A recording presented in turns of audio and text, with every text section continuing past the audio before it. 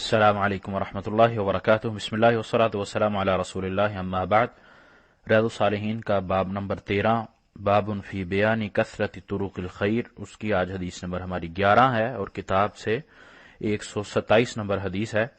عنہ عن النبی صلی اللہ علیہ وسلم، یعنی سیدنا ابو ہریرہ پچھلی حدیث کے ہی راوی جو ہیں، نبی علیہ الصلوۃ والسلام سے بیان کرتے ہیں، قالا کہتے ہیں کہ نبی علیہ الصلوۃ والسلام نے فرمایا، لقد رأیت رجلا، کہ میں نے ایک آدمی کو دیکھا، ایک شخص کو دیکھا، یتقلب فی الجنت، جو جنت میں چل پھر رہا تھا، فی شجرۃ قطعها من ظہر الطریق، جس نے ایک درخت کو کاٹا جو راستے میں تھا، کانت تؤذی المسلمین، اور اس سے مسلمانوں کو تکلیف ہوتی تھی، مسلمانوں کو راستے گزرنے سے مشکل ہوتی تھی۔ رواہ مسلم، یہ صحیح مسلم کی حدیث ہے۔ وفی روایت، اور ایک دوسری روایت میں ہے، مر رجل، کہ ایک آدمی گزرا،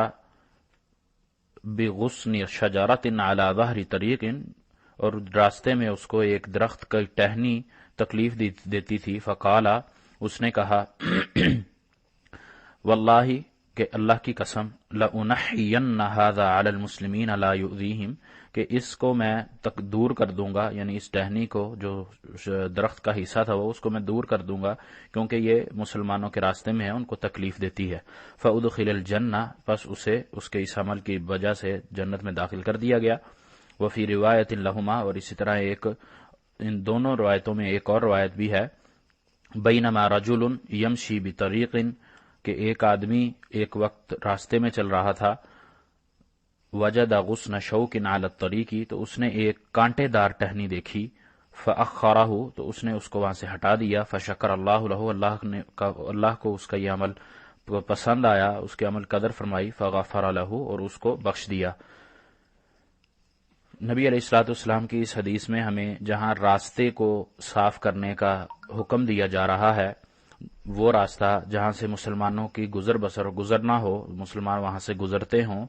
اور اس راستے میں کوئی درخت یا کوئی کانٹا یا کوئی پتھر یا کوئی ایسی چیز جس کی وجہ سے کسی کا نقصان ہونے کا خدشہ ہو، کسی کا ایسا معاملہ ہو کہ وہ وہاں سے گزرے تو اس کو کوئی چیز ایذا دے دے، کوئی نقصان پہنچ جائے، اس چیز کو ہٹا دینا بھی نیکی کا عمل ہے۔ اور اسی طرح مسلمانوں کے راستے بند کرنا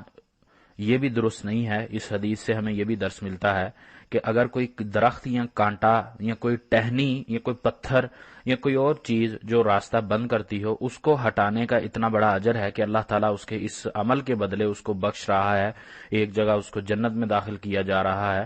اور اسی طرح ایک آدمی کو نبی صلی اللہ علیہ وسلم فرماتے ہیں کہ آدمی کو جنت میں دیکھا گیا کہ وہ درخت کو کاٹتا ہے، ایسے درخت کو جو مسلمانوں کے راستے کو بند کر رہا تھا، مسلمانوں کو گزرنے سے تکلیف دیتا تھا، اس کو کاٹنے کی وجہ سے اس کو جنت ملی۔ تو کیا ہے کہ ہم اگر کسی پر راستہ بند کریں تو ہمیں یہ حکم نہیں نظر آتا کہ ہم راستہ کھولیں، دوسروں کے لیے وسعت اختیار کریں اور آسانی پیدا کریں، چاہے کہ آج کل ہمارے ہاں عام معاشرے میں یہ پایا جاتا ہے کہ ہم شادی بیاہ ہو یا کوئی اور تقریب ہو یا کوئی اور معاملہ ہو کہ ہم راستہ بند کر لیتے ہیں، اور اسی ضمن میں یہ چیز بھی آتی ہے کہ مین شاہراہوں کو بند کر لینا کسی بھی مسئلے میں، کسی بھی چیز میں، یا حکومت سے کوئی چیز بات منوانے میں، یا احتجاج کی صورت میں راستے کو بند کر دینا، جس میں بیمار، مریض، بچے اور دیگر کئی ایسے مسائل پیدا ہوتے ہیں۔ اور اسی طرح حکومتی نمائندوں کو بھی یہ چاہیے کہ وہ راستے نہ بند کریں اپنے گزرنے کے لیے، جب وہ گزرتے ہیں اس وقت وہ راستے بند کرتے ہیں، تو اس وقت بھی یہی کیفیت ہوتی ہے۔ تو مسلمانوں پر راستے بند نہیں کرنے چاہیے، وہ چاہے عوام ہو، چاہے حکومت ہو، جو بھی ہو، مسلمانوں پر راستے نہیں بند کرنے چاہیے۔ یہ اللہ تعالیٰ کی ناراضگی کا سبب بنتا ہے، کیونکہ ہم نے پچھلی حدیث میں پڑھا تھا کہ اللہ نے جس عمل پر گناہ یا نیکی رکھی ہے تو اس کے بدلے میں بھی، اس کے اگینسٹ جو ہوگا، اپوزٹ جو ہوگا، تو اس کا بھی عمل ہوگا، اس پر بھی اس کو وہی جزا یا سزا ملے گی۔ اگر اس کو راستہ کھولنے کا ثواب مل رہا ہے تو راستہ بند کرنے کا گناہ بھی ہے۔ صرف یہ نہیں کہ وہ راستہ کھول دیا تو اس نے نیکی کما لی، اگر وہ راستہ بند کرتا ہے تو اس کو کوئی ایسا پرابلم نہیں۔ جب راستہ بند کرے گا تو یہ بھی اللہ کو ناراض کرنے والی بات ہے، اللہ کو غصے کی دعوت ہے، اور یہ اخلاقی طور پر بھی ہمارا فریضہ ہے کہ ہم اپنے لیے بھی آسانی کو پسند کریں، اور آسانی کو، اس میں کوئی شک نہیں کہ انسان اپنے لیے آسانی کو پسند کرتا ہے اور وہ چاہتا ہے کہ میرے لیے دوسرا آسانی کرے، مجھے کوئی مشکل پیش نہ آئے۔ تو کیا وجہ ہے کہ ہم جو آسانی اپنے لیے پسند کرتے ہیں وہ کسی دوسرے کے لیے مہیا کرنے سے ہم کیوں کتراتے ہیں؟ اس آسانی کو ہمیں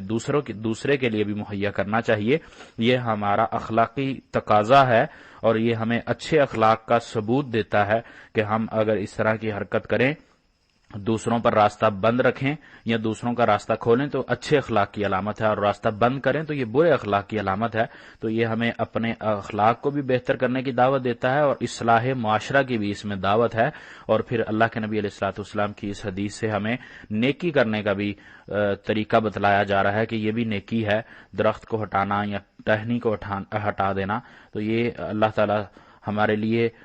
آسانی پیدا کرتا ہے جب ہم اللہ کی مخلوق کے لیے آسانیاں پیدا کرتے ہیں، یہ اللہ کا نظام ہے۔ تو اسی طرح کسی چیز کو ایذا نہیں دینی چاہیے، کسی انسان کو، مسلمان کو ہمیں ایذا نہیں دینی چاہیے، وہ چاہے رستے پر ہو یا کسی اور جگہ پر ہو۔ اللہ تعالیٰ سے دعا ہے کہ اللہ تعالیٰ ہمارے لیے آسانیاں پیدا کرے اور ہمارے معاشرے کو بھی اچھا کرے اور ہمیں بھی اچھا کرے۔ وما توفیقی الا باللہ، علیہ توکلت و الیہ انیب۔